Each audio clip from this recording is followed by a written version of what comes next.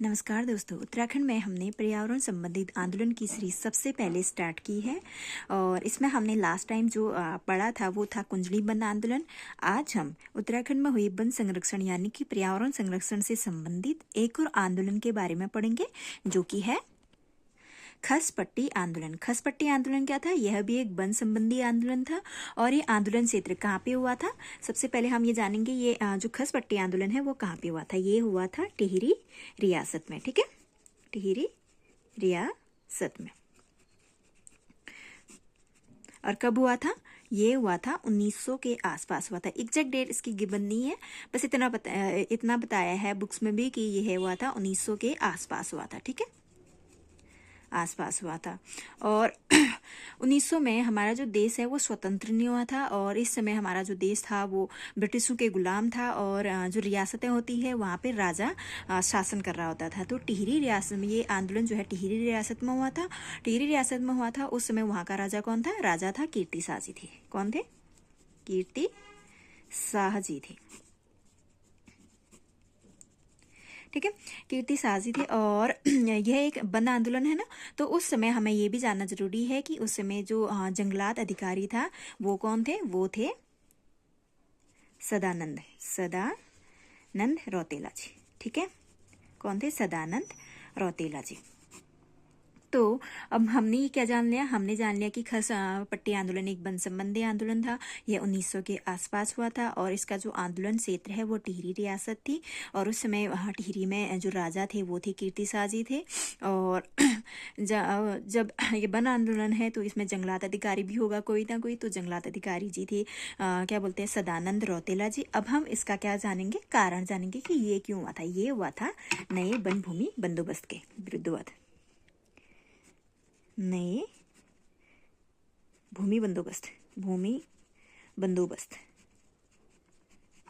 के तहत क्या किया था? जनता को उसके अधिकारों से वंचित किया जा रहा था। यानी कि जो गांव के आसपास के वनों तथा बंजर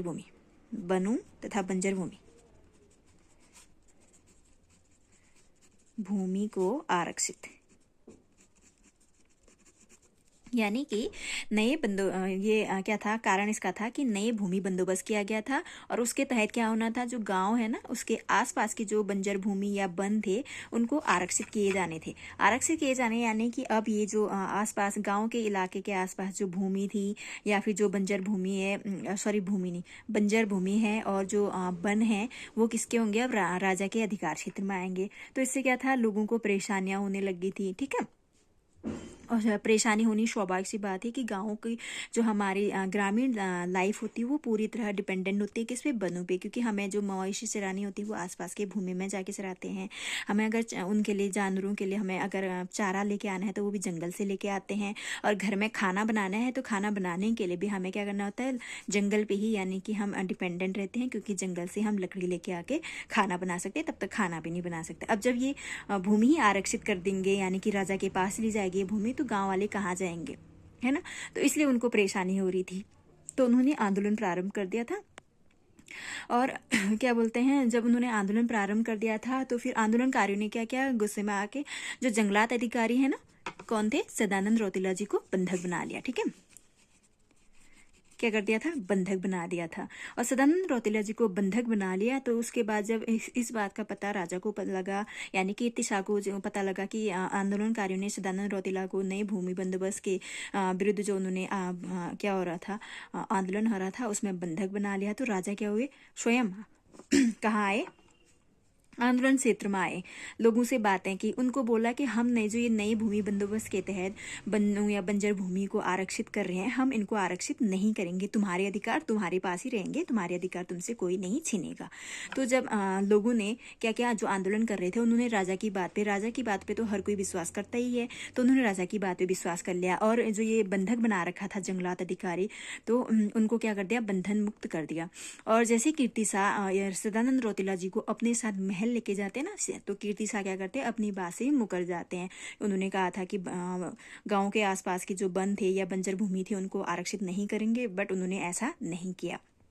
तो जब ऐसा नहीं किया तो फिर धीरे धीरे क्या होने लग गया? लोग में मतलब राजशाही के विरुद्ध क्या हुआ? आवाज उठाने लग गए। ऑब्वियस सी बात है वो उठाएंगी, क्योंकि राजा अपनी बात से पलटा है।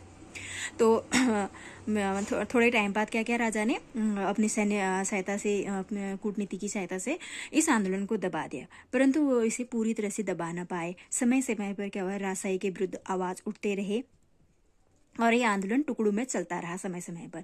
तो एट लास्ट क्या होगा, इसका परिणाम क्या होता है, इसका परिणाम होता है क्या बोलते हैं, जो राजा है ना कीर्तिसा, उन्होंने क्या किया, 1910 के आसपास